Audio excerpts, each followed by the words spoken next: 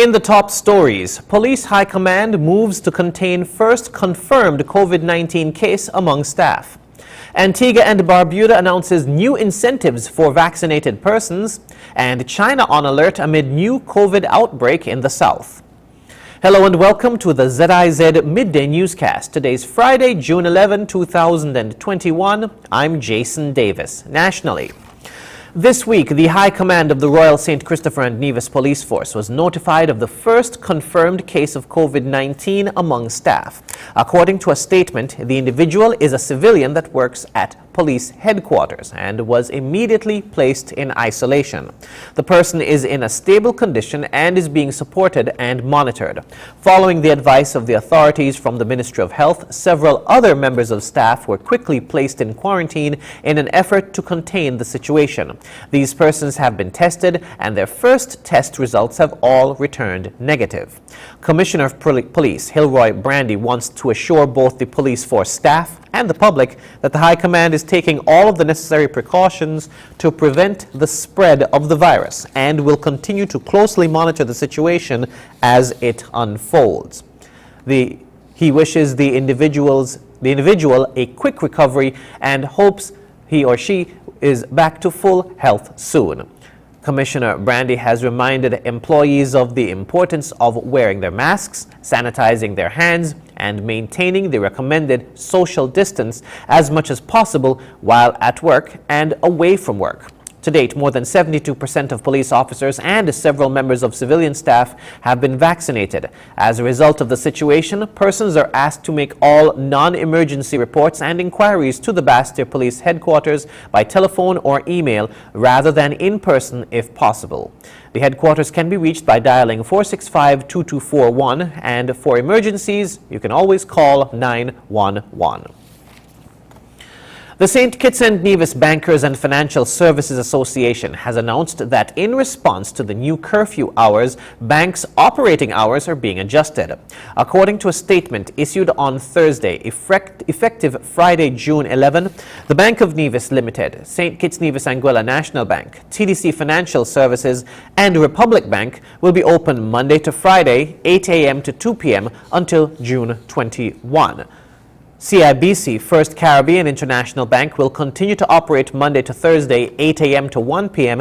and Fridays 8 a.m. to 2 p.m. The association is also encouraging the public to use the online banking, mobile app, and instant tellers to do your banking where possible.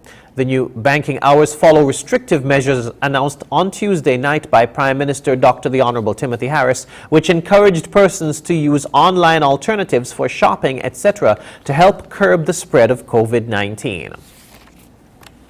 The Sugar Boys are ready to do battle with El Salvador on Saturday at the Warner Park in the next round of World Cup qualifiers. In this report, coach Leo Nieva explains why the team suffered a 2-0 loss to Trinidad and Tobago and the importance of Saturday's match. Andre Huey has more. The St. Kitts Nevis national senior men's team is gearing up for their match against El Salvador in the next round of CONCACAF World Cup qualifying action. The Sugar Boys ended the previous round in fine style, winning 3 of their 4 matches and conceding only 2 goals.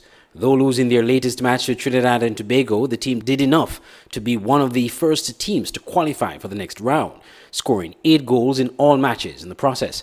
Coach Leo Nieva admitted that the loss to Trinidad was due in part to changes he made to the team, replacing some of the first-team players to avoid any possible suspensions for the El Salvador match.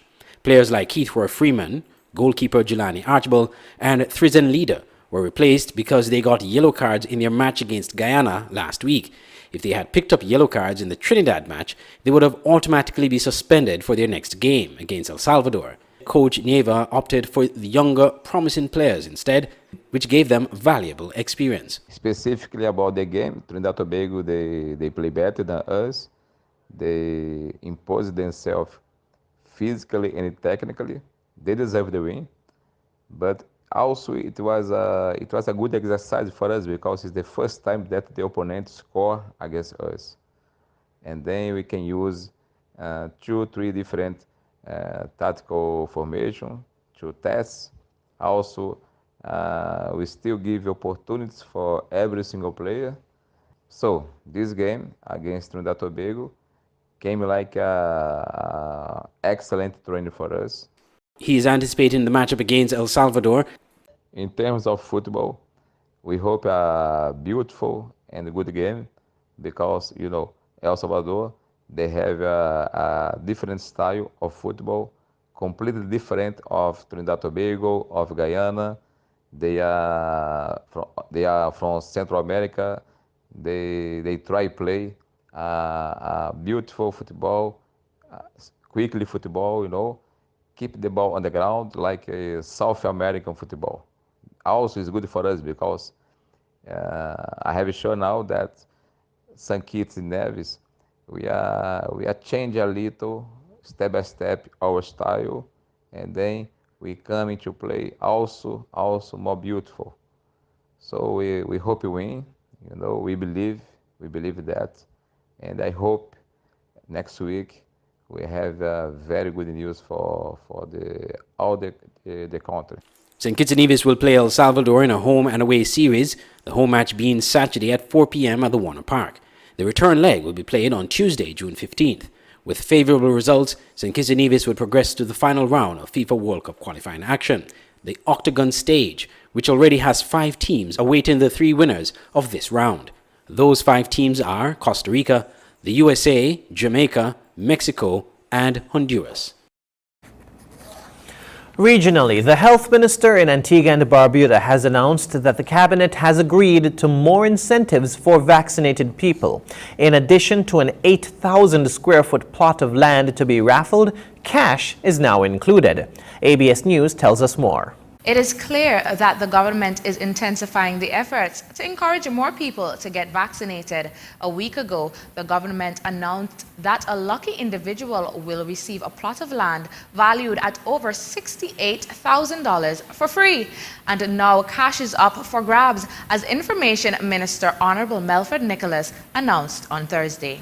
The government has actually sweetened the pot yesterday. It may not have been in the notes, but I would like to indicate that in addition to that, the cabinet has agreed to 4 weekly draws of $5,000. He clarifies this new incentive is open to everyone who has received their first and/or second doses of the COVID-19 vaccine. For all those persons who have taken the vaccines, whether it is first or second dose from since March, are eligible to participate in this weekly lottery.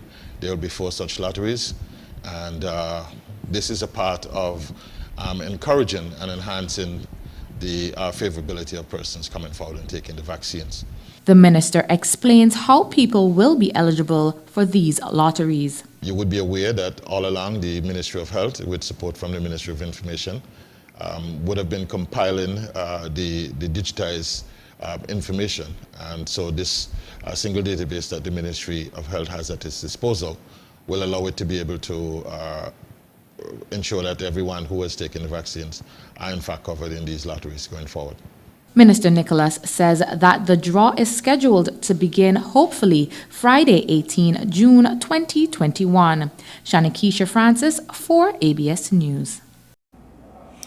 One recruit in the Jamaica Constabulary Force is alleging that trainees are being advised that if they decline to accept the COVID-19 jab, they'll not be allowed to continue training.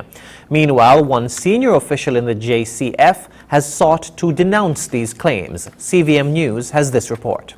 A Jamaica Constabulary Force JCF recruit who is currently in training at the National Police College in Twickenham Park, St. Catherine, is alleging that he and other persons who declined to take the COVID-19 vaccine have been advised they'll not continue to the next training phase. I got information yesterday because a meeting was held yesterday evening to tell the recruit that the first one would not be sworn today, and a vaccination job is coming up for tomorrow.